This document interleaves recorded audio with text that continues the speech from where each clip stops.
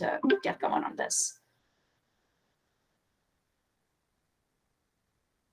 Great. Well, it shows we're recording on my end. As well as mine. So everyone, we're recording now, just as a heads up. So good to see folks again. Thanks for checking into the first meeting of the Stakeholder Advisory Group, established by House Bill 445 and Senate Bill 446. We're thankful that we can get everybody together to talk about any consensus recommendations, if any, on providing broadband service to new developments. So with that, we want to make sure folks are familiar with everybody on the call first and make sure that everybody on the stakeholder group knows everybody else. This is a unique meeting for us in that we're getting new folks to the table that are not previously, that may not be previously familiar with the Office of Broadband or familiar with DHCD as a whole. So I'm going to go down a list of advisory group members, and it'll serve a dual purpose: one, to take attendance, and two, as I go down the list, if you don't mind unmuting yourself, to introduce us, tell us who you are, tell us the organization you represent, and anything else you find relevant. So I'm going to kick things off with Andrew Clark with the Home Builders Association. Hey, good morning or afternoon at this point. Andrew Clark with the Home Builders Association of Virginia. And I'll admit I was spacing out when are we just going names and titles and things like that, or? Yeah, that sounds good. All right, perfect. Then that's it. Happy to be here and looking forward to the conversation. Thanks, Andrew. Next up, we have Phil Abraham. Phil, you with us? We'll circle back at the end of the line. Next up, Ray Lemira. Here with the VCTA Broadband Association of Virginia. Next up, Rob Taylor. Hi, Rob Taylor, Business Development Manager, River Street Networks. I'm also part of the VTIA board as well. After Rob is Mike Lockaby. Hey there, Mike Lockaby. I'm here, been nominated by the Virginia Municipal League and the Virginia Association of Telecommunication Officers and Advisors. Jason Inofuentes. Hey everybody, I'm Jason Inofuentes. I am the program manager with Albemarle County's Broadband Accessibility and Affordability Office. Next up on our list, Steve Sandy. Steve, you on? Yep. Yeah, good afternoon. Steve Sandy, County of Franklin, representing VACO and other Virginia counties. Certainly for Franklin, we're interested in broadband, but we're also very interested in the housing. We're not unlike many other counties where we're struggling with finding enough available housing units and things like that. So very interested and very grateful to be on the group. Thanks. Thanks, Steve. Next on our list is David Walker. Hey, good afternoon. David Walker, Dominion Energy. I am responsible for our broadband deployment taking place across the company for both rural broadband and also grid modernization. So I look forward to the conversation. Next up is John Lee. John, you with us? We can circle back later as well. After John is Amanda Cox.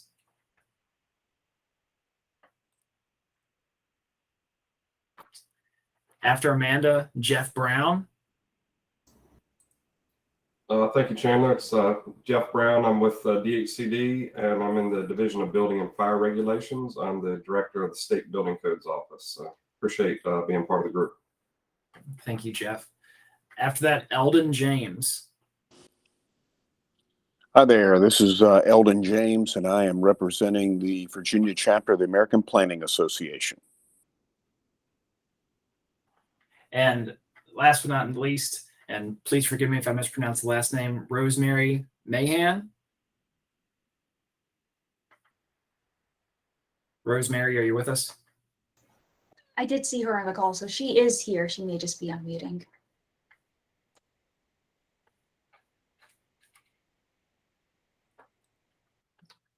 We're going to mark her down as present. Rosemary, the representative from the Commission of Local Government on the advisory group. And just to go back to the top quickly, any representative here from the Virginia Association of Commercial Real Estate? That's all right. Well, as folks jump on, we'll give folks an opportunity to say hello, introduce themselves, and play a little bit of catch up. But with that, we want to do a bit of stage setting for the advisory group, and I'll turn it over to Grace.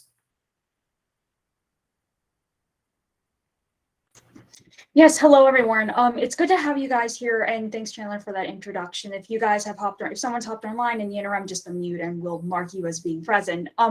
So to get started, we are convening you all here related to House Bill 445 and Senate Bill 446, broadband service and new development. And so as you all are aware, it requires that the Department of Housing and Community Development with the Broadband Advisory Council and the Commission on Local Government should convene this stakeholder advisory group to evaluate local and existing state policies, procedures, and ordinances to facilitate the expansion of high-speed broadband service and associated infrastructure in new residential and commercial development. So when you look at the bills, and I will happily drop the chapter text into the chat here for everyone to make their own references if they need it, but the bill actually contains 3 shalls that we need to cover as part of the stakeholder advisory group. So this first shall is that we need to compile information about what is existing out there. So to kind of paint a picture of the local and the state context for broadband expansion to new development. So this includes existing local ordinances, development standards and procedures related to expanding broadband and related infrastructure into new residential and commercial development. So do some background research and provide that context. The second thing that we have to do is make recommendations about local ordinances, policies, and procedures existing, I would note, that were effective in deploying or expanding broadband services and infrastructure into this new residential and or commercial development. So as to what is for local at the local level existing or has been done, we should make recommendations about what's been effective in the past. And then finally, we need to identify consensus recommendations related to existing state law or changes to existing state law that could facilitate deploying or expanding broadband services. So within this, within these, again, we have these 3 shalls. So we need to make sure that we compile this information, make these recommendations about what's existing out there, and then identify consensus related to state policy. And I would note that broadband is a really, and Chandler is going to touch upon this a little bit later, we're hoping that the stakeholder advisory group can kind of help us compile that information and give us a direction and help us make those recommendations and find that consensus as to these policies. This is a really big subject area. There are lots of people and players in this space, and we're really hoping that we can focus in on this new development piece of this legislation. So from these recommendations, and by the way, if anyone has any questions, please feel free to unmute and jump in. We have a proposed timeline for our study. So as you can see, in April, we had this bill text get passed, and so it's signed into law. And then moving into June, we're having our first meeting today, June 6th. We have our second meeting proposed to be July 22nd, and then our final meeting proposed to be on September 1st. And if you can see in the panels on the bottom, roughly related to the timeline of what we want to try and do in between the meetings. So in between June 6th, our first meeting, and our second meeting on July 22nd, we're hoping to conduct research and draft preliminary recommendations to present to you all by the second meeting. And then hopefully between the second and the third meeting, draft and circulate a report to you all, get that feedback incorporated, and then by the end of the third meeting, just have to edit and circulate a final report. Our deadline that I would note is September 30th. Our report's due to the Broadband Advisory Council. And just given the deadline and the nature of this, we're trying to move forward with this the best we can. Does anyone have any questions about this timeline or a proposed work schedule or anything related to what I've covered so far?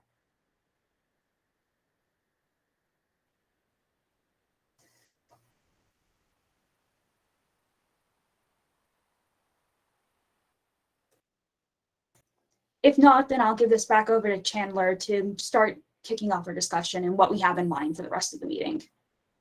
Thanks, Grace. Also want to take a moment too. The Stakeholder Advisory Group will be staffed by DHCD, two components of DHCD, the Policy Office as well as the Broadband Office. Want to take a moment to backtrack to introduce those folks that are on the call as well. I can go first, then Grace, then Tamara, then Kristen. I'm Chandler Vaughn. I work as a Broadband Policy Analyst in the Office of Broadband under the DHCD umbrella. Good catch, Chandler. I'm Grace. I'm a senior policy analyst, and I work with Kristen Dahlman in our policy and legislation office, and also help with the Commission on Local Government. And yes, I will absolutely share the slides after the meeting. Good afternoon, everyone. I'm Tamara Holmes. I'm the director of the Office of Broadband at the Virginia Department of Housing and Community Development. Good afternoon, everyone. I'm Kristen Dahlman, the Policy and Legislative Director here at DHCD, and just want to thank everyone for their time and participation on this stakeholder work group for this study. So really appreciate everyone's time.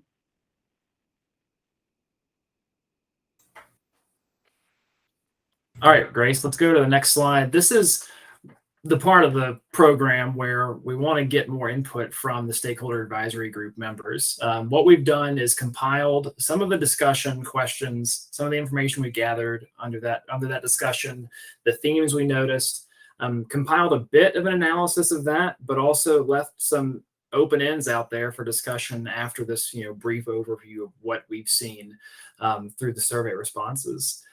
The things we want to go through and the steps we want to go through here is first, better understanding what those survey responses are, giving a brief overview of them. The second, after we've reviewed those responses, what should DHCD be gathering as far as information? What we want to unpack here is what is the information that you guys need as a stakeholder advisory group to make sure that we are making the best consensus recommendations, if any, that we can, according to the bill text.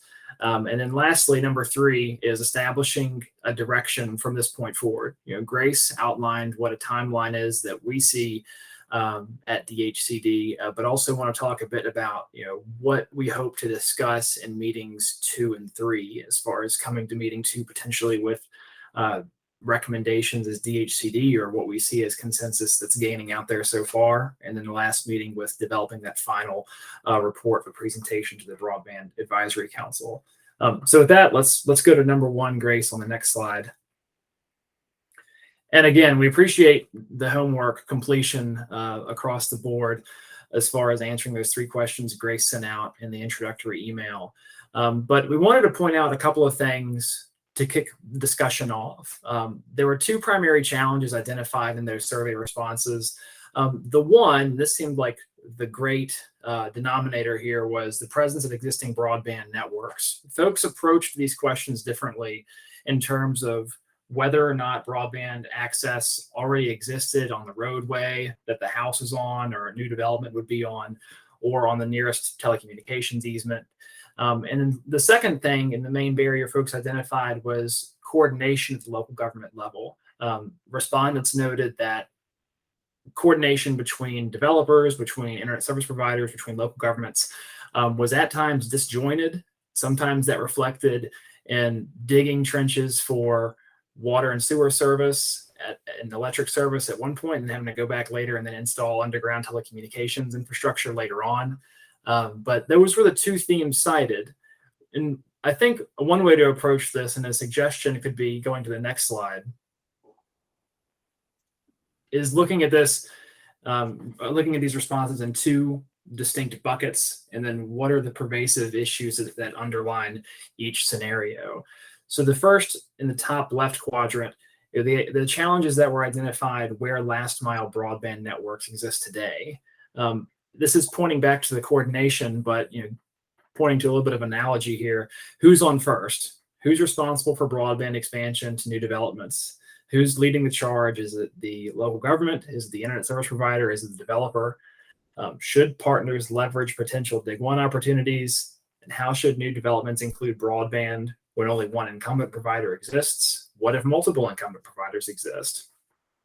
And the second big question there, where infrastructure is already present and where density is already heavy enough to have an existing network there, how can new multi-unit developments be structured to allow for individual unit level connections? Explaining this a little bit, some of the respondents identified that if a new development is a multi-unit structure, sometimes that multi-unit structure might share one internet service account. I think the issue there to explore would be, how do we ensure, or how is it possible that each individual unit has their own account? Is that an issue? Is that something that this stakeholder group should address? But again, an issue there to think about. In the top right, the other scenario is where last mile broadband networks do not exist. We heard a lot, the simple summary under this one is, how can you establish service to a new development if service isn't even in the proximity around that new development? So how can we make new developments in rural areas where broadband service doesn't exist today be broadband ready? How should new developments prepare for broadband without last mile networks in that direct vicinity? And then lastly, what should be done in terms of new development with long drop costs? So what if a household lies beyond the internet service provider's standard connection drop length? Say it's 300 feet and a house is at 600 feet. Who's responsible for paying that gap there? Traditionally, it's been the homeowner. Until recently, there's been a DHCD program to address that for low to moderate income residents. But who's responsible for paying special construction costs in areas that have broadband access, but it's unaffordable because the house is set back from a roadway longer than that standard connection drop length? And lastly, this is the end of the monologue here. Prevailing issues under both circumstances. So one thing, and these are themes we noticed throughout different respondent groups, right? Local governments, ISPs, developing organizations, electric providers. How can developers, ISPs, utilities, and local governments better coordinate installation? A dig once policy was cited a couple of times in responses. The second bullet there, how do we better facilitate network installation if newly constructed homes are not yet populated? A couple of respondents noted that development may occur. There may be a couple new houses in a subdivision, but in many cases, a broadband provider might not actually install infrastructure to those homes until they actually have a person living inside them. So how can we better reduce that delay in terms of somebody moving in, somebody building a house, and internet service actually being readily available at that house? And lastly there, what happens if existing network capacity needs investment? So if a broadband network doesn't have the capacity to add on more individuals, how is that handled in terms of new development in an area? So again, a lot to unpack there, but that's the way we've seen this issue kind of unpacked in survey responses. It's something that I think the stakeholder group could address in two separate areas in terms of, how do we think about where broadband service already exists and providing it to those households, but then how do we also think about where service does not exist today, and how can we best address that need as well? So I think with that, we want to go to the next slide and open it up for discussion questions. This is, again, we want to make this less of a formal part of the presentation and open it up for discussion across the stakeholder advisory group largely. We've got suggestions there as far as questions go about how to guide the conversation, but this is the opportunity to comment on what you just heard and then take it from there. So if we want to address the first question on the PowerPoint, it would be, are there any other challenges you identify when expanding broadband service to a new development? And just to jump in a little bit here, again, thank you, Chandler, for that. And thank you all for having done that homework and for having all of you gave very thoughtful and insightful responses about the challenges here. And there are a lot of challenges, and this is a really complex issue. So I'm sure that the challenges that we did have up on there are not inclusive of everything that does exist. So I'll get out of the way too and let you guys start giving with your expertise.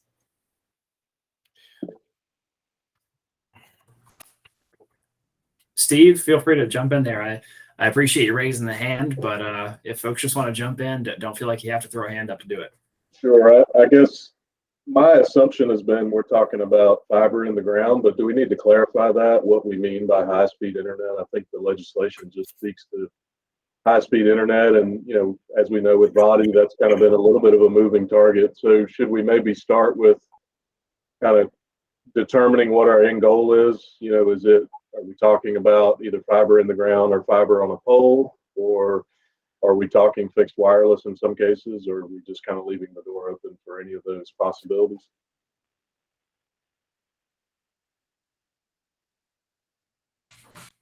I'll offer that if we're going to make a solution that's going to have future longevity, fiber in the ground, and more importantly, conduit in the ground is the solution.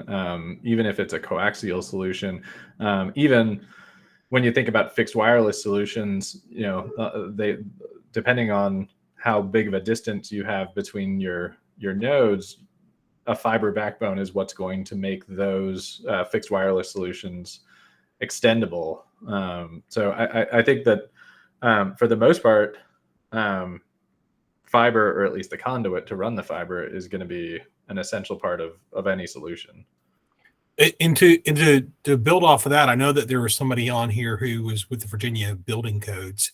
And one of the things I find interesting, having been in the telecommunications business for a long time, is that there used to be a code where, if you're putting in a new development, you're going to have pedestals or power poles. And at those poles, if you want to extend the service over to the home or the facility underground, you needed to provide, I think it was a 4-inch conduit for the power. You needed a 4-inch conduit for the communications cable, which was typically, coax, and a 4-inch conduit for the phone line as well. And I think one of the things they need to keep in mind is that, really the phone line's going away, but maybe they need to annotate that 4-inch conduit, or whatever size it might be, needs to be available for communications for that facility. And so again, I don't know if that's still part of the code or not, but that's one of the things you need to make sure, so that you do future-proof these developments, that the developer understands he still has to have some type of means to get the communications wire into the facility he's building. This is Ray. I guess one thing I'd be mindful of is, as we have been employing VADI, we've been ensuring that it's technology neutral. Right.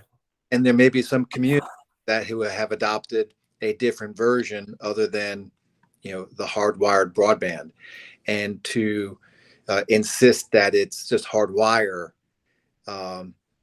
may create additional challenges as we come across this, where you may be forcing a fixed wireless folks to be overbuilt with, a wired line provider. So I think that's something to be cautious of. All of our members do the hard wire, but I'm very cognizant of the fact that the topography of Virginia is extremely diverse. And that is one of the reasons why we made, VADI technology agnostic. So that's just something I think we need to be mindful of, that we don't create an instance where we're creating overbuilding. Yeah, and this is Jeff, the State Building Codes Office, just in response to Mr. Taylor's remarks. Just wanted to clarify, are you talking about a dedicated conduit from outside of the building into the building at time of construction? Yeah, that's what I want to say. That used to be on a building or a home or whatever, that it used to be, if you were going to put the stuff underground, you had to make sure you left a communications conduit there. And it was typically like a 4-inch is what the phone company required, or something like that. And I just want to make sure, that if that's in the code, that the developers are aware, even though you might not be pulling copper in there, you might be pulling something in there that you're going to need for communications, more than likely for internet. Sure. Yeah, and I'm not aware of anything specifically, if it's just for future use, or anything that requires, a conduit for communications or anything like that. But I can definitely double check and see if there is anything. I can report back, and it's definitely something we can kind of keep in mind. And if that would be something to be an improvement and maybe help with some situations. there's obviously ways to, propose those kind of changes and stuff to maybe consider getting something put in the building code that's not there right now.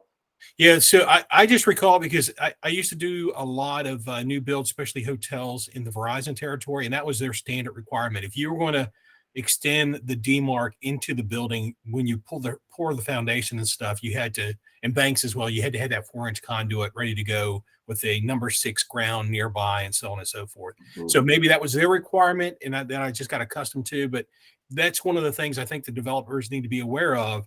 If you're going to put out this development and stuff, a lot of times they do a great job of saying, oh, we're going to put in the conduits we need for power. We're going to put in the, stub up the plumbing and stuff. But they need to keep in mind, if you want communications in that facility as well in the future, they need to put a conduit in for whatever the communications cable might be or device might be that's going into there. Sure, and that's what I'm thinking. Maybe it's more of a standard practice, knowing that if you are going to hook it up later, the electrical contractor, whoever knows that that's what they're going to require. So it would make more sense to put it in at the time while they're there putting the electrical conduits and others in. But I'll definitely follow up and see if I can find anything solid on that. If I can speak, there are a couple of issues. The first is I think that you might have some difficulty finding some of the best solutions in Virginia, if only because there's some questions about enabling legislation. So there have been some great ideas that have been floated, but haven't actually ever made it into an ordinance or a facility standards manual. The other one is, I think it is important to talk about how to encourage, at the very least, edge competition. Broadband is not a state corporation commission regulated utility. It's dependent upon people overbuilding each other and creating competition in order to ensure quality customer service and pricing. You can't call the SCC and make a complaint because people aren't doing what they're supposed to be doing. So there needs to be, at the very least, substantial edge competition. And so we need to talk about how you would deal with those situations, both to encourage it in new developments and also to decide who, in one instance, has the responsibility to expand into a new development. But secondly, if two different providers both want to serve a new development, who it is that the developer and the local government really should be looking at, or if they should find a way to help both of them come in.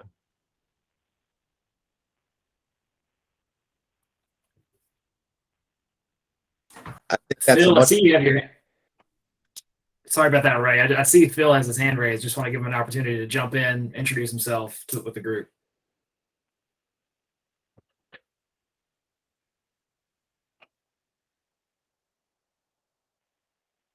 I think we lost Phil. Sorry, not only late, I don't forget to hit the mute button. But in any case, sorry I'm late. I look forward to participating on behalf of the Virginia Association for Commercial Real Estate. We have 3-member chapters. They are in Northern Virginia, Hampton Roads, and the greater Richmond area. So our primary focus is on the eastern part of Virginia.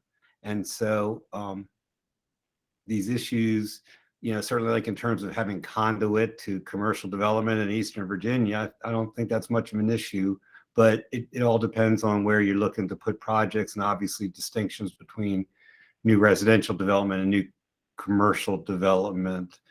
But so I look forward to participating.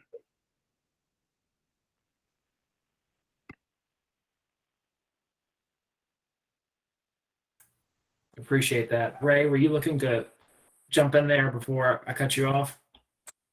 No, I'm fine.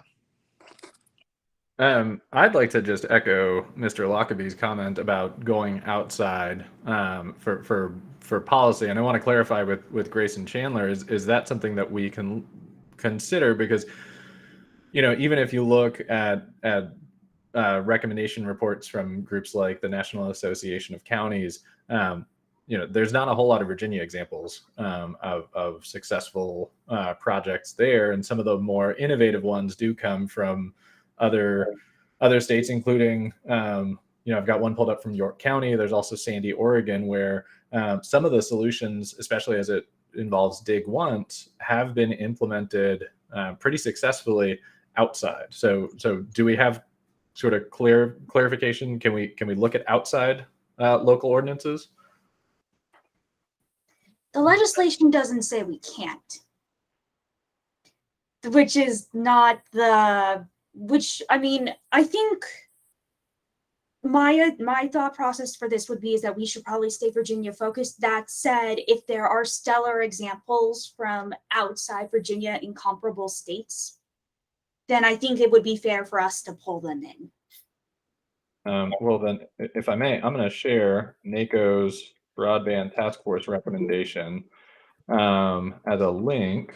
And then I will vouch for, in terms of Dig Once, they have an excellent recommendation, an excellent section that really dives deep into policy detail. It includes a very a laudable and old Dig Once implementation out of York County, where 20 years ago, somebody got the bright idea to bury a whole bunch of conduit just in case along a rail project. And I believe it was a parks project, in fact. And then it was able to be leveraged as a middle mile fiber network that the county actually built, which is the sort of, it's innovative and it's pushing, I think, the edge of what Virginia might be willing in terms of enabling authority to allow. But that's the kind of investment that they got. They dug once for one unrelated project. This wasn't a telecommunications project. And then they were able to turn that into, I believe, a 16-mile fiber backbone on just $40 million, which is incredible. Thank you, Jason. And if I may ask for you to email that link to the group, if that would be all right.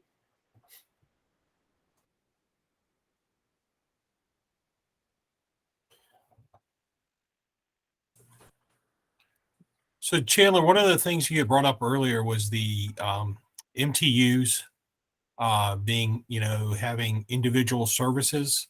And as a service provider here in the Danville area, I want to say that we've had quite a bit of success with the developers of some of the old tobacco and downtown warehouses, as well as the of some of the old mill buildings, where they're renovating those into lofts and apartments. And their approach is that, part of the rent for the unit includes their broadband and IPTV service. So on those type of developments, when we wired them up, we designed it in such a way that the units could be possibly broken out, but the developer themselves has that as an enticement. So I think we kind of need to leave that up to the developers, but I would say that if you have a development where you have separate power meters, then it makes sense that you should have the ability to have separate internet services as well. But if you have a development where your power is included in your rent, then more than likely you're going to look at your internet and other media being included in the rent as well. Just a point. The challenge with that arrangement from a broadband perspective and affordability perspective is that it precludes participation in federal broadband affordability programs, in particular in the ACP, because if you don't have an account yourself, then you can't participate. And I think this has, it's a tricky road, because a lot of times those bundles, often you end up getting a better rate. It's more affordable for the end user, for the resident.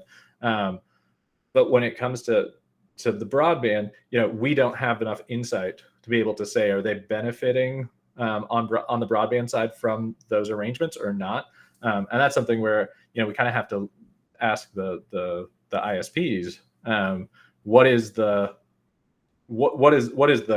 cost savings to the resident of bundling, and does it come with any detriments to performance? Rosemary, if you want to go ahead and jump in and unmute, go for it.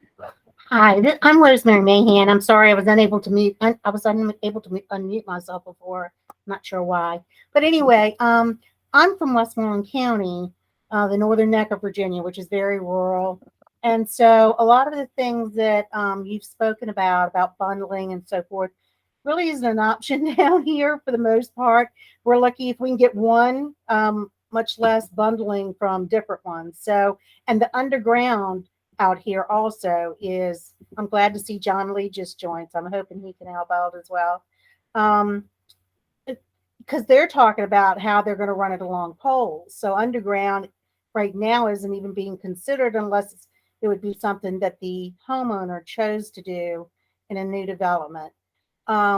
So that's the other concern I would have, is to remember that not everywhere in Virginia, as you said, it's very diverse in Virginia. So not everywhere is like Richmond or like Hampton Roads or like Northern Virginia. We're very diverse, and even in here on the eastern part of Virginia in the Northern Neck, we don't have a lot of the infrastructure already built and put in. It's going to have to still be built or added to existing infrastructure. I know right now our cooperative is working with Dominion Power and a broadband company who will be extending broadband out into some of the more rural areas. But it's still going to be a big surge. It's going to be several years before it'll happen. Well, Rosemary, I think that's a good point you bring up. And looking at and hearing discussion so far, I think it's mostly focused, if not explicitly, inherently on where service already may be available today. I think you bring up a good point of this could also be a topic area where we're discussing how do we promote service be available to new developments where service doesn't exist today, like in areas on the Northern Neck. Any thoughts on the group on that side of the coin?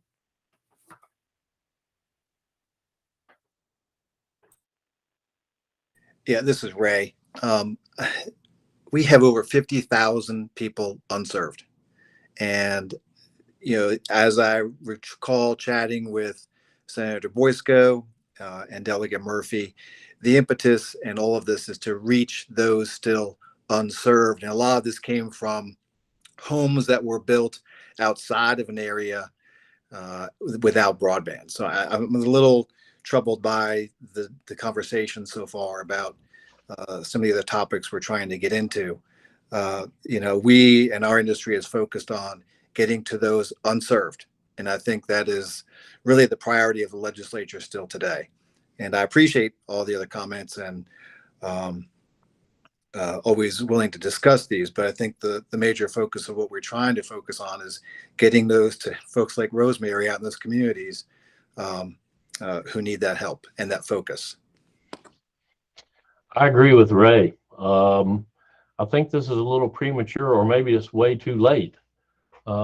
Speaking on behalf of the cooperatives, most all the cooperatives in the state have already undertaken efforts to bring fiber to those that we serve. And obviously, as in Rosemary's case, we've signed an MOU with Dominion to reach their customers in our region as well. So I'm not sure that this is necessary. I think exactly what everyone wants to happen is happening right now. And that is that efforts are being made and projects are being undertaken to extend world-class broadband to every Virginian. I'm not sure what this proposed legislation gets us. We are already doing it anyway. When we're laying electric, we're putting conduit in and putting fiber in right beside. So it's already underway. If I might butt in, I think that perhaps I misunderstood what we were here for. I thought that we were here to be talking about the original bill that was put forward was to allow localities greater flexibility in terms of how to structure their subdivision ordinances, both to coordinate expansion of broadband into new subdivisions and new developments, as well as to incentivize and assist in the expansion into old developments that either aren't served or very poorly served. While I'm sure that providing service to the people in this Commonwealth who remain unserved is an important goal, I don't think that that's actually a particularly important goal of this committee. The VATI program has been highly successful in that, and I imagine will remain so. I've been working on myself, I think, about a dozen different projects related to that. I think that we need to focus on the issue of how is it that, as part of the normal development process, we ensure that high quality broadband is built out to new subdivisions and that broadband is brought into existing ones that were built prior to there being real broadband in the sense that we consider it today. And I'd like to just to press against Ray's 50,000 point. I think the goal of this committee is to make sure that we don't add 10,000 to that number without a plan for how to address them. And the work of the cooperatives to continue to expand, and we're working with Firefly here in the county and across 12 other counties. That is exactly the solution for our current problem. But even now, one of the challenges that we face every day is calls from people who are building a house that's just outside of somebody's coverage area. And they call us to say, what do I do? And then we have to do the footwork of figuring out, okay, who's gonna extend to them out of the current projects. And so I think that one of the goals is to make sure that the next time that a development goes in that is in an unserved area, even if it's a small development, that counties have an option for facilitating that broadband expansion to that location without having to go another VODI round. And that's where I think, and I'm gonna be the broken record, dig once and just dropping conduit. If a new development goes in, and it might be in an area where conduit's not an option, and so you can't dig once, but where you can, up in our hills, if somebody wants to put in 50 houses and it's outside of anybody's current coverage area, if they could drop the conduits to each of those houses the way that Mr. Taylor described as they were doing for prior projects, then when the time comes, when a provider is close by, they're not going to say, well, to get the rest of the way and the digging and all that trenching cost, we're going to need to wait for another VODI round. The conduit's going to already be there, and they're going to be able to just run it through to the homes. Now, that might sound a little pie in the sky, but I think that's kind of the goal, is to come up with solutions that are going to make it so that we don't add to the 50,000. I don't disagree with that, but I guess some of the challenges is that, for someone who wants to, on their own, decide to build a house off of the road and make it harder for them to get power and harder for them to get water and harder for them to get sewer, they need to go into that build eyes wide open, as opposed to us and all providers putting all this type of infrastructure in place. And, I hope that this doesn't get into a situation where, that we're going to have to start peeling back some of the ordinances that exist that makes it difficult for everybody. So, I think more of a cooperative spirit, as opposed and planning that goes along and communication that goes along, we can engage in here. So I appreciate the pushback, but I'm pushing back as well, Jason. So just real quick, can DHCD clarify for us, when we say new development, I was expecting we were talking about developments, not individual homes. Is that correct? And if so, is there a number of locations? Are we talking anytime you're building more than one home or more than 5 homes or 10 homes, that this is what we're talking about? Hey, Rob, just to jump in here too, I have the bill text actually pulled up on another screen over here. And I think the most blunt response to your question is all of the above. The bill text requires us, and legislation requires us, skipping forward here in the sentence, to new residential and commercial development. So I'm happy to hear where discussion is going. I think we are picking a lane to drive down, and that answer could still be both. But I think everything you just mentioned is under the context of this advisory group. Okay, because I was just wondering, because, to Ray's point, I've often told people, that if you live in an area in which you don't have existing sewer or water, you're having to live off a well or a septic tank, then more than likely there isn't an economic development issue there where you're going to get people who are going to want to expand broadband and everything to you, unless there's some sort of support. And if you guys are talking now individual homes, then I think to Ray's point is pretty valid. I mean, if you get somebody who wants to build their little McMansion in the middle of 100 acres somewhere that's, half a mile off the road, then, they have to go into that eyes wide open. But if you're looking at developers, in which we've dealt with several developers where they have us come in and we actually bid on the project and say, this is what we're willing to put into expanding broadband into your development. And it's a we're bidding against other ISPs to get that business. So in those cases, I think, the developers are already getting savvy in the fact that they need the broadband in there just as much as they need the water and the power and everything else, but they know that they can bid that out and try to get a competitive price on it when looking at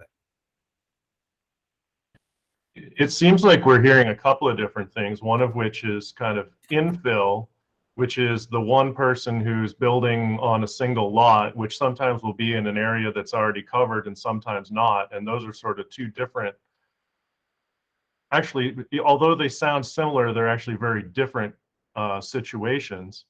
And then also the greenfield development scenario, where somebody is building into an area that is adjacent or within a reasonable distance from an existing provider, but is currently not provided. And when I say greenfield, I don't mean a single unit. That's what I was just talking about. But the 5, the 10, working in some places in northern and central Virginia, you might see a new 400 or 500 unit development that's going to be built out over a 10-year period. And how do you coordinate this in with the other utilities? And I'm not sure at the moment that it is coordinated with the other utilities, such that the developer and the people who are purchasing in there can go into it with their eyes wide open and seeing what the true costs are of what's going on.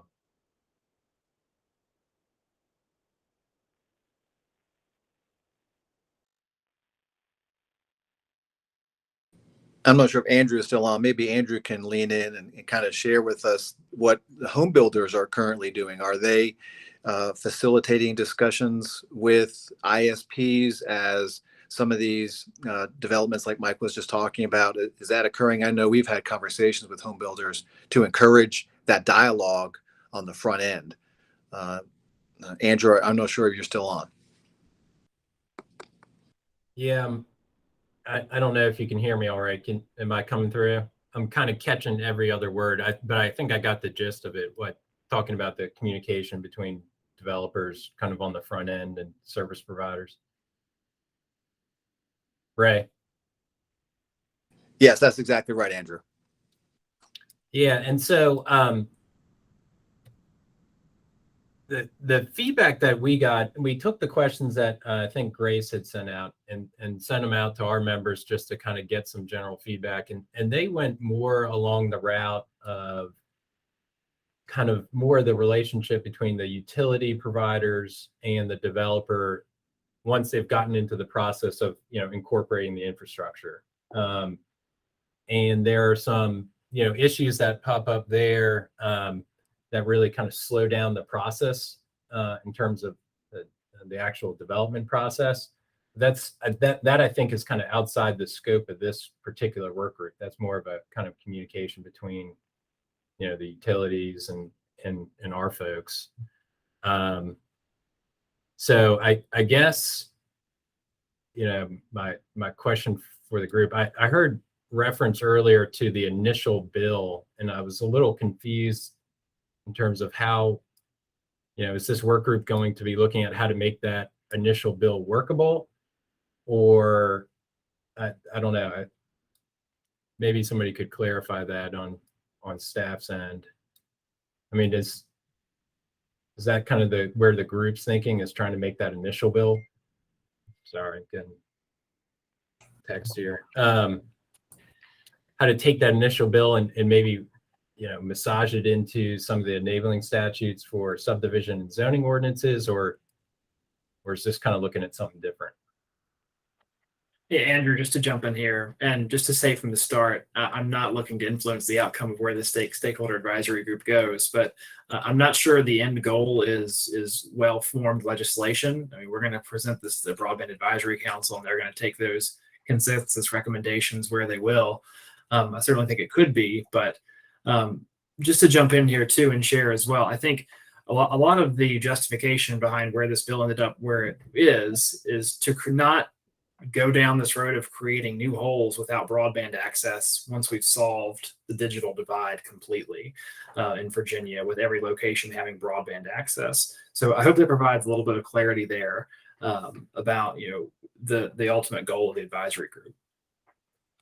Yeah, and if I could, not to belabor the point on the initial bill, one of the issues that we had was just generally a concept of conditioning broadband infrastructure, which is somewhat outside the scope of our control, making that a condition of new residential development. And I'll go on my kind of housing supply, housing affordability kick right here momentarily.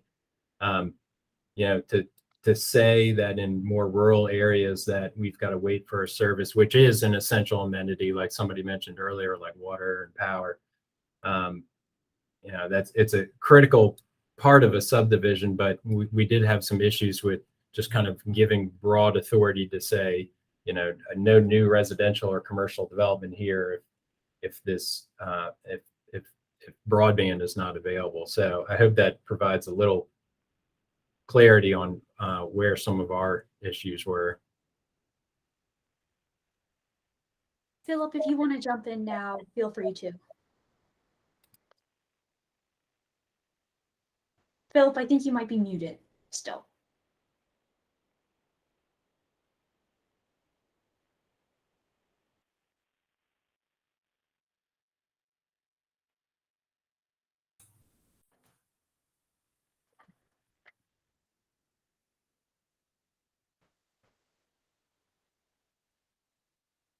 We'll see if we can get Phil back online there. I'm sorry. Here I am. There we go. Yep. No, there you go. I'm sorry. I have to. First of all, I'd say I had to leave at 2:00 for another meeting. But I wanted to say, someone mentioned the term high quality broadband, and when we put out our questions, that high quality, I don't think that those words are in the work group charge. As broadband is, I think it's the phrase is used, but when you hear the term high quality broadband, it's everyone has kind of their own opinion about what that might be. And it also gets to the affordability question, and also what the developer, be it their residential or commercial, can deliver. I totally agree about any new development has to have the piping, the availability to bring good stuff in there. But when you talk about the additional costs of the infrastructure and what works in Northern Virginia, might not work in other parts of the state. So that's just a comment I have about the focus of what we're trying to do with this group. And I do think the fact that the bill wasn't passed and this study was, the work group was, we certainly can look at the bill, but I think we're supposed to focus on the words that are in the work group charge, not so much what was in the bill. I agree with what Andrew said about there's some real problems with the state what the development and the marketplace expects of a project. Thanks.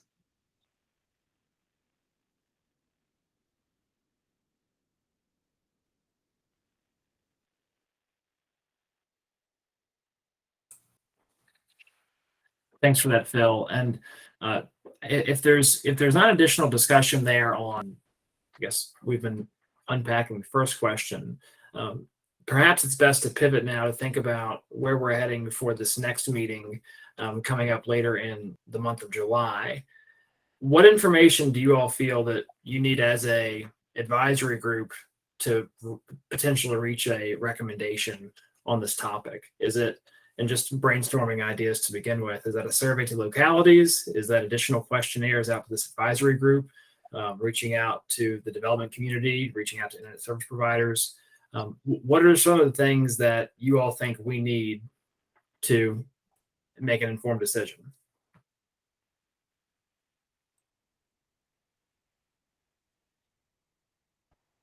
Who's going to pay for it?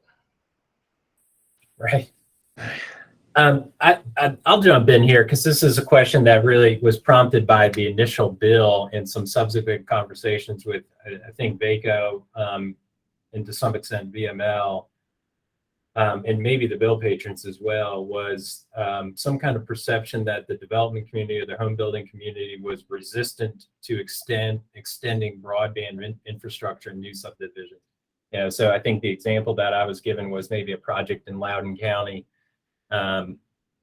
You know, so I guess maybe a question for local government folks is, you know, what particular things, you know, the simple way to put it is, what is it that you want to do that you don't think you have the authority now, or that builders are resisting? And that was something that I was kind of confused on. Is, you know, 9 times out of 10, when a developer, you know, is looking at a greenfield development, and, you know, the attractability, the marketability of a subdivision is largely consist upon kind of those essential amenities, and broadband being one. I mean, one of our builders said they built in a rural area and they discounted the home $25,000, $35,000, and they could barely give those things away because there was no broadband. And so it's a pretty essential part of the development package now. And I was left with the impression that there's maybe some stakeholders who felt that there was resistance among the development community of incorporating that infrastructure. So to sum all that up, I just, you know, maybe some of the local government folks could just give us some examples, or, you know, provide some insight into, you know, where this has been a challenge working with the development community. This is Mike. I just want to, I don't think that I have heard of any particular challenges with people being difficult. The question is there a consistent way where we, to me, is that, and again, having been a person who's both built these systems, who's done actual development, and who as an attorney predominantly at this point in my career represents local governments, it's a matter of coordination. We already work to coordinate bringing in water, sewer, or making sure that there's going to be on site if it's not going to be a public utility type water or sewer. We already go through, we help to coordinate with APCO or Dominion or the co-op or the municipal electric company. How can we help this be something else that's coordinated, that will work out such that it will work out? Because that really is the problem that most of the local governments that I work with see, is that it's just not coordinated. It's an afterthought. It's a not thought. And that's understandable. It's okay. It's a new thing in some ways. I mean, it's been around for 25 years, but it's a new thing in many respects. We were worried about putting in water, sewer, and digging big holes to put trash into when I started practicing law. We were not looking at broadband, bringing it into developments. So it's a new thought process, and I think it's high time that we really bring it into focus that way, in terms of having a general picture of how it looks. And then also, as Mr. Abraham kind of got to, there's going to be slightly different way you look at it in Roanoke versus Richmond versus Chesapeake versus Fairfax. There's going to be different ways. I would suggest that we look at that as staff is looking for these, you look not just at subdivision and site plan ordinances, particularly good analogies to how people have handled really good water and sewer and electrical situations, because there's analogies. They're not perfect. None of these analogies are perfect. You can't treat it exactly the same way as any of those things, but you're going to learn something from it. And also, I know it seems a little bit to the side of the land development process, but all of this, broadband companies typically do not have eminent domain power. They're constrained to use existing rights of way and easements. And so looking at both what municipalities, both of the large and sophisticated and the small and not quite so sophisticated variety are doing, as well as asking what VDOT's doing. And finding out if there are ways that VDOT is working with communities where they maintain the roads in order to find positive solutions. I'd suggest that those are places to look. Yeah, Mike, I appreciate all that. I think that's you're on point. And maybe this is a question for our friends at VML and VACO. I seem to recall, and it may have been like in Spotsylvania, that there was like a checklist that was handed out to those seeking building permits. And on that checklist was the question about, have you thought about broadband and how are you preparing for that? And maybe it's something that needs to be incorporated into that. So again, it's on the front end. People are going in eyes wide open, and it's part of that planning process that goes up front. And so, yeah, I think the coordination really is critical because, the companies want to bring broadband to the folks who are going to take it. I mean, that's what they want to do. And so on the front end, the sooner those questions can be asked, the better. And that's why we've been working with the home builders in many instances to raise those questions early on too.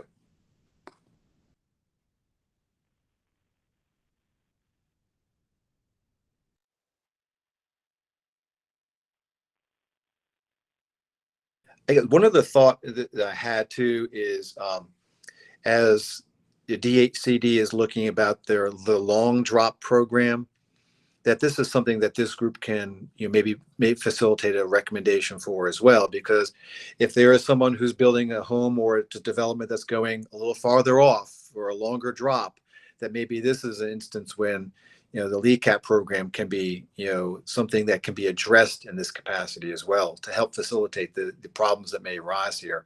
And I know as the Broadband Advisory Council was discussing the LECAP program, I think some of us were kind of looking at that legislation that may be hamstringing DHCD a little bit by tying it just to the low income folks, and maybe need to be broadened to anybody, any resident, because in some instances, folks of regular means, they get a bill for a large broadband drop. It's a shocker, and maybe that's something to look at as well, a recommendation to think about.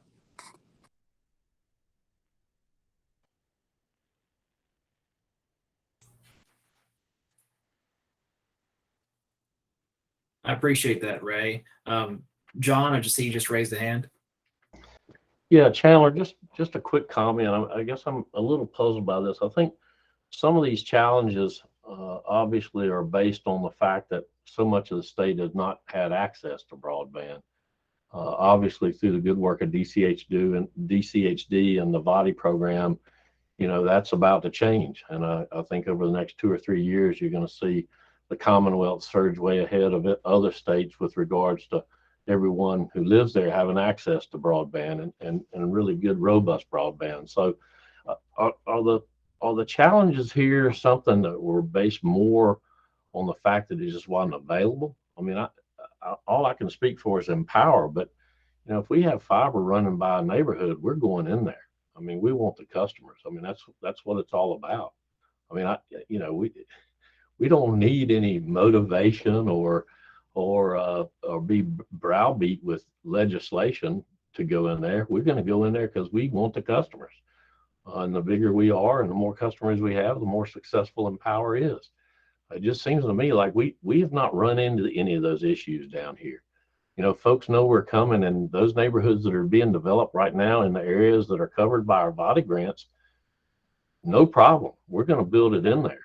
And if we serve that area, with overhead lines, I got to tell you, it's not a real big deal to string fiber up in our electric space like we're doing and serve it. I mean, it's just not a big deal. So again, I mean, is this whole question more about the fact that it's not previously been available? Because that's changing quickly. And I just can't imagine any electric co-op or anybody Ray represents or anybody else if fiber's running by there, we're going to look it up. We want it. We want every customer we can, and we want the Commonwealth to be the most connected state in the union. So Yeah, I appreciate that. And I think that you're correct that the landscape of broadband is quickly changing in Virginia.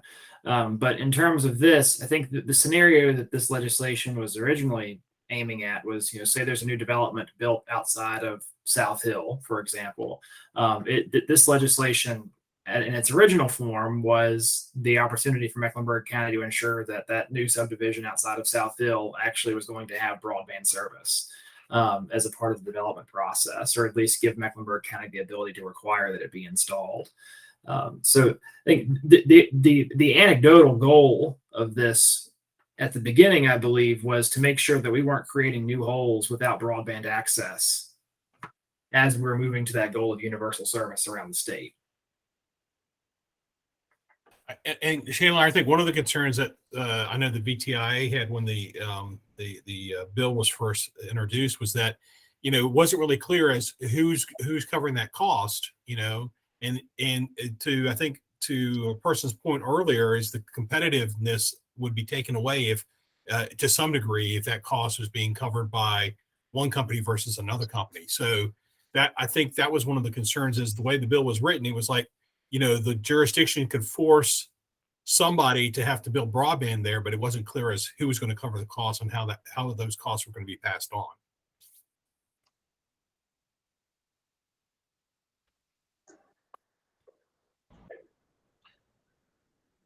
And I think that that's a lot of what's really important to talk about here is what, you know, currently the way that it's set up for most other types of utilities is that it's up to the developer to build that, but there are distances up to which it's considered to be and the developer and the utility to come up with it. But there are distances that are considered reasonable, and there are costs that are considered reasonable, where a locality is allowed to say, hey, yeah, you got to go in and do this. And there are distances and situations where it's not. And we've all worked that out over the course of decades.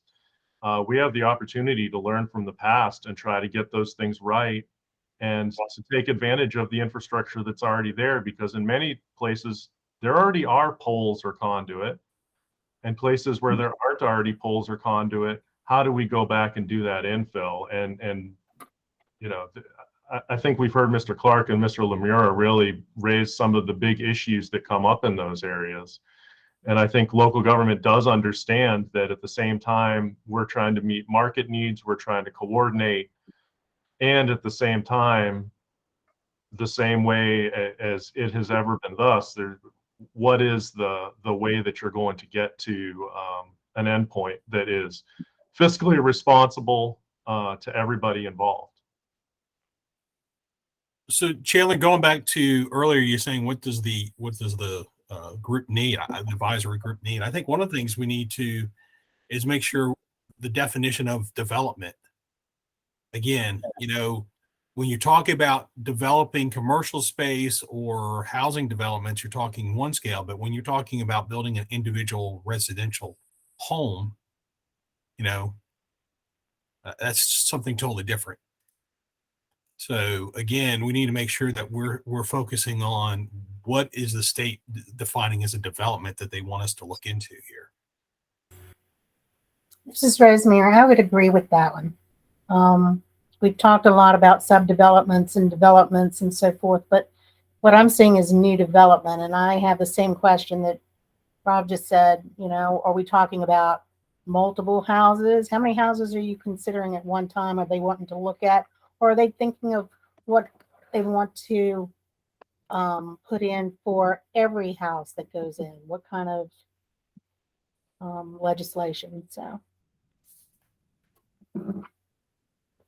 I think we need more guidance as to what it is we're supposed to be doing, I guess. I mean, especially in the realm of people wanting to build off the grid, right? we can't put together some type of requirements that they have to have things in place for people who want to build off the grid. Yeah, Chandler, this is Steve. Can I kind of give just a real life example, I guess, that goes back to some of Mike's comments and when it comes to development. So as an example, you know, maybe I'll use Franklin County as an example. We've got fiber and someone in an area, someone decides they're going to do a subdivision by right, which means they can do it under the current zoning. They can divide the lots up, but that subdivision may be 3 miles from the closest Shentel connection. And we, as a locality, and this is probably where the original bill came from, is the locality really doesn't have a mechanism to require that developer or that subdivider to put in the infrastructure for broadband. We do have the requirement because of building codes and other things for the water and sewer, for electricity and so forth. We also have the ability to require easements for cable and so forth. But unless Mike, as my attorney, wants to correct me, I don't think I can make them put the fiber in the ground necessarily, but they do have to provide the easements on the subdivision plan. So we get into the situation of, okay, well, who's going to get it there and who's going to pay for it? And I think that's really where all this came to a head. And how do we get, so we do have fiber in the area, use 1 mile, 2 miles, use it at the street. But again, who's going to run it into the subdivision? The developer doesn't feel like that's necessarily their cost. The provider, I'll use Shentel in this case, isn't ready to go into that subdivision necessarily until there's a certain number of homes that have been sold and built or under construction in that subdivision to make it cost, make the economics work for them. And so those are some of the real challenges that I see on the local government side is, yes, we want it there. We don't want it put in and then no houses get built for 3 years either, where the technology has changed, but we want it to all be coordinated. Back to somebody's point earlier is, how do we coordinate all this so when it needs to be there, it gets there and, it's available from those providers. And if we had co-ops in every county, I think, John, back to your points, we'd probably have this covered in a lot of cases, but we don't. Franklin County doesn't have any co-ops. And so, we run into just the issue of the individual providers, having to, provide that. And again, from my experiences, they're not willing to go into those areas until there's a certain number of homes that are actually constructed to make it worthwhile to extend that network. So I don't know what those mechanisms are, and I think that's what we're supposed to come up with. I think putting in some sort of conduit at the development stage seems to make sense, but actually putting the fiber in is kind of another piece of that. Is when does that go in and who pays for that as that goes in? And then I agree with Mike's comment also. I think VDOT needs to be part of this conversation when we start talking about where these are located and, in the utility easements, or is there some sort of other, permitting processes and review and things like that VDOT needs to be a part of through the subdivision process. So that's just kind of some of the real life examples that we've seen here. And we have a number of subdivisions still in the county, which we've gone back to try to get body funding to get service to those areas because those subdivisions were built and they still don't have internet service. And these are subdivisions that have, $500,000, $1 million homes in some cases that still do not have access to, fiber to the home or cable services just because of, they weren't really available at the time or weren't thought about at the time. So that's a little different scenario because those are already in place, but it's kind of the same issue. If it made financial sense for the provider to go in there, they would have already gone in there and provided that service, in my opinion. Thank you for that. I think our raise in hand ordering is John, then Ray, then Jason. Thanks, Chandler. I think Steve brings up some really, really good and valid points. And I guess my concern also is that they're getting a little ahead of things. I mean, we just started biting this elephant one bite at a time, and it's going to take some time. We're making substantial progress. It seems to me like before legislation is required, that they give us an opportunity to see if we can't go ahead and get it all built out. I mean, Chandler, you know that better than anybody. The progress that's being made in this state is a little mind-boggling to me, and it's about to really get crazy here as soon as this latest round of body grants goes into place. I mean, we're going to be deploying fiber all over the place, and I mean thousands of miles of fiber. So, give us a chance.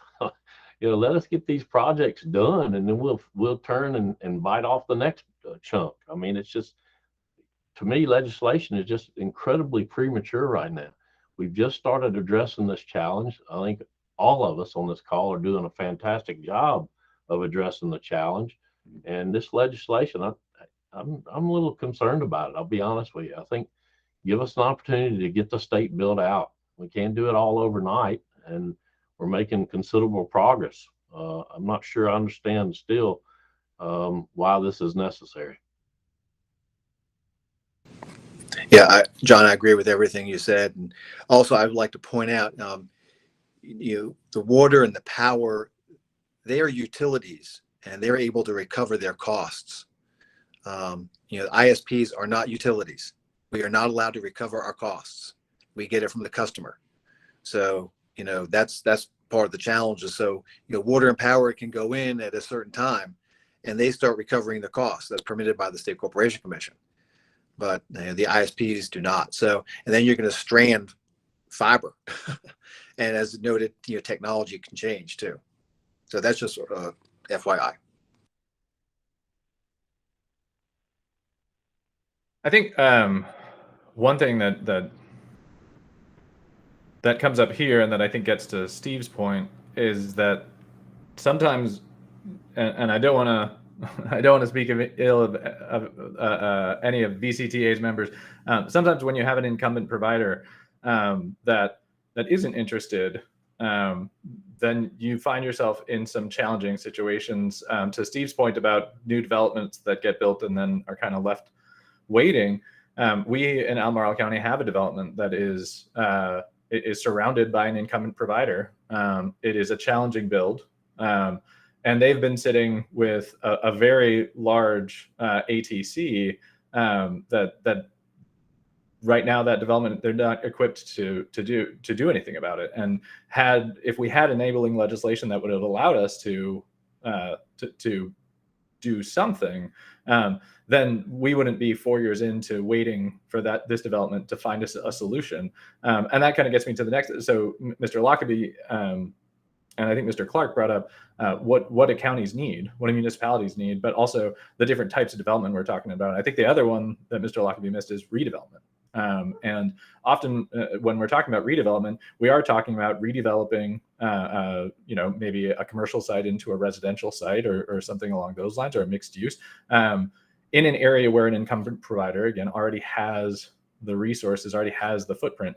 And if we have an incumbent provider who isn't necessarily capable of providing the best service, if we have an incumbent provider who isn't delivering already, we don't have a mechanism for encouraging others to come into a space. We don't have a mechanism for trying to remedy the situation of all right, you've got this redevelopment and they want to have all of these features. They want to have high-speed internet, but they're not necessarily going to get it because the incumbent provider that they have is the incumbent provider that they have. And so I think that for us, as we sort of approach the point where our development area gets fully built and the next round of developments are all going to be redevelopment, having solutions for encouraging some of the competition and overbuild that we've talked about already, I think that is something that we would love to see.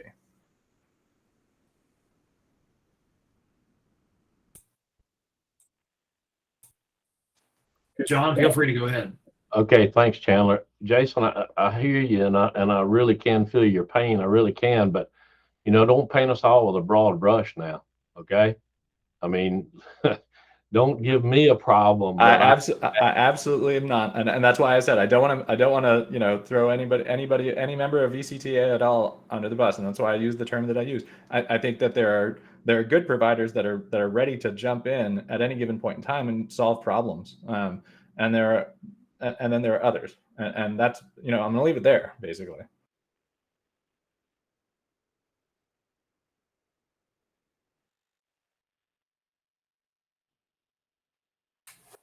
I see we're at the 10-minute mark to go. I feel like we've gotten a good bit of direction set as far as where we're heading for the next meeting in terms of collecting a bit more data. I think that we may be following up with a couple of questions after this just to firm up exactly what we're looking for as a stakeholder advisory group as far as to collect from local governments and the industry. But we have 2 agenda items left to tackle. The first of them is a public comment period. If anybody that is not on the stakeholder advisory group is still with us, please feel free to unmute yourself. And I'm going to venture that we limit public comment to 3 minutes per individual. If there's no objection, then please, if you wish to submit a public comment, please go ahead and unmute yourself and begin speaking.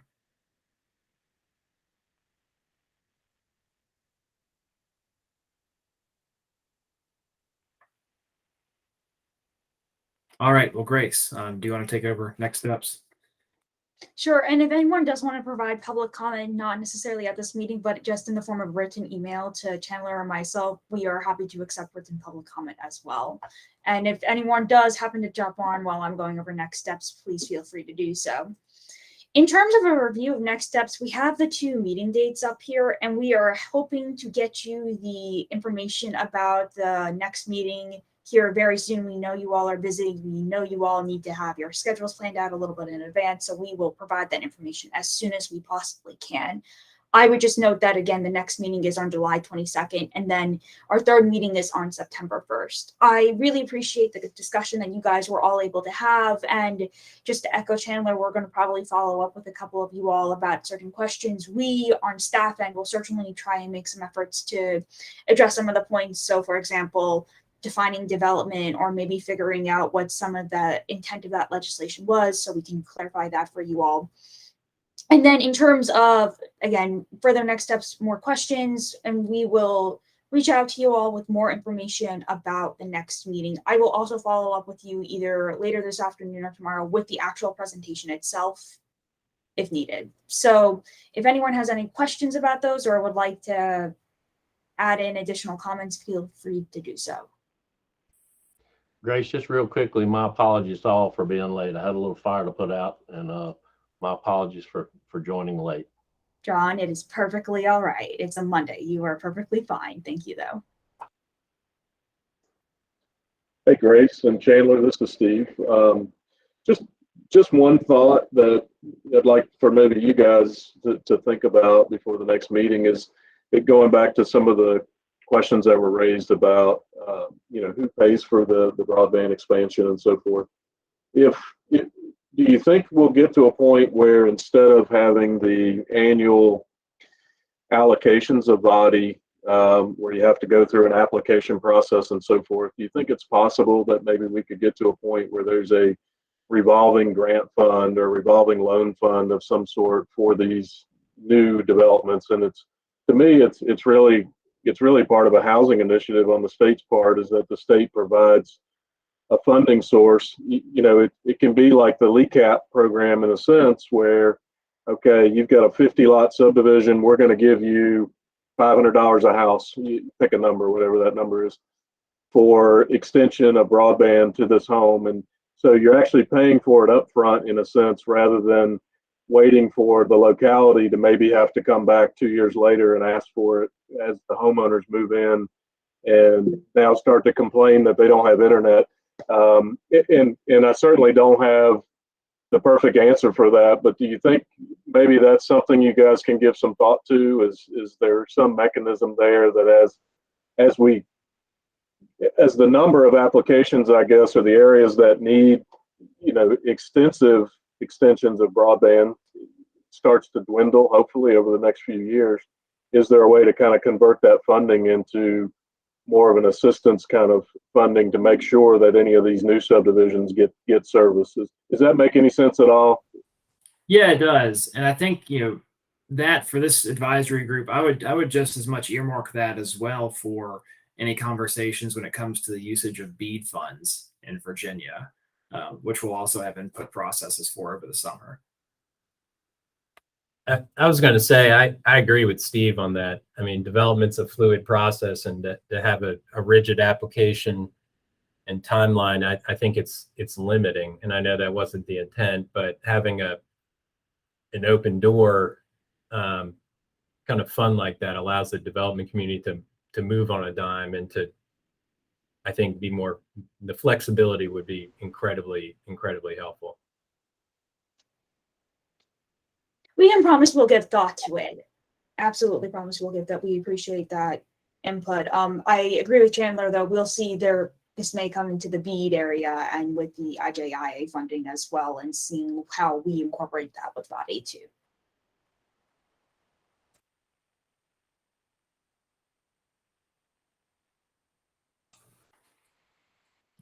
Well, we appreciate everybody's time, and we want to stick to our 2:30 promise of adjournment. If you have any other burning thoughts, questions, ideas, please send an email to Grace and myself. What we can do as well is start a email chain where everybody is not BCC'd and you're actually CC'd in the same email chain, just to have any other conversation if you so desire between the two calls. But we'll put together some questions, some additional information requests from the group, and be in touch shortly after this meeting. Thank you guys very much. We really appreciate the thoughts and the wonderful conversation we've had. Thank you all for organizing this. Thanks. Thanks. Thank you, everybody. Thanks.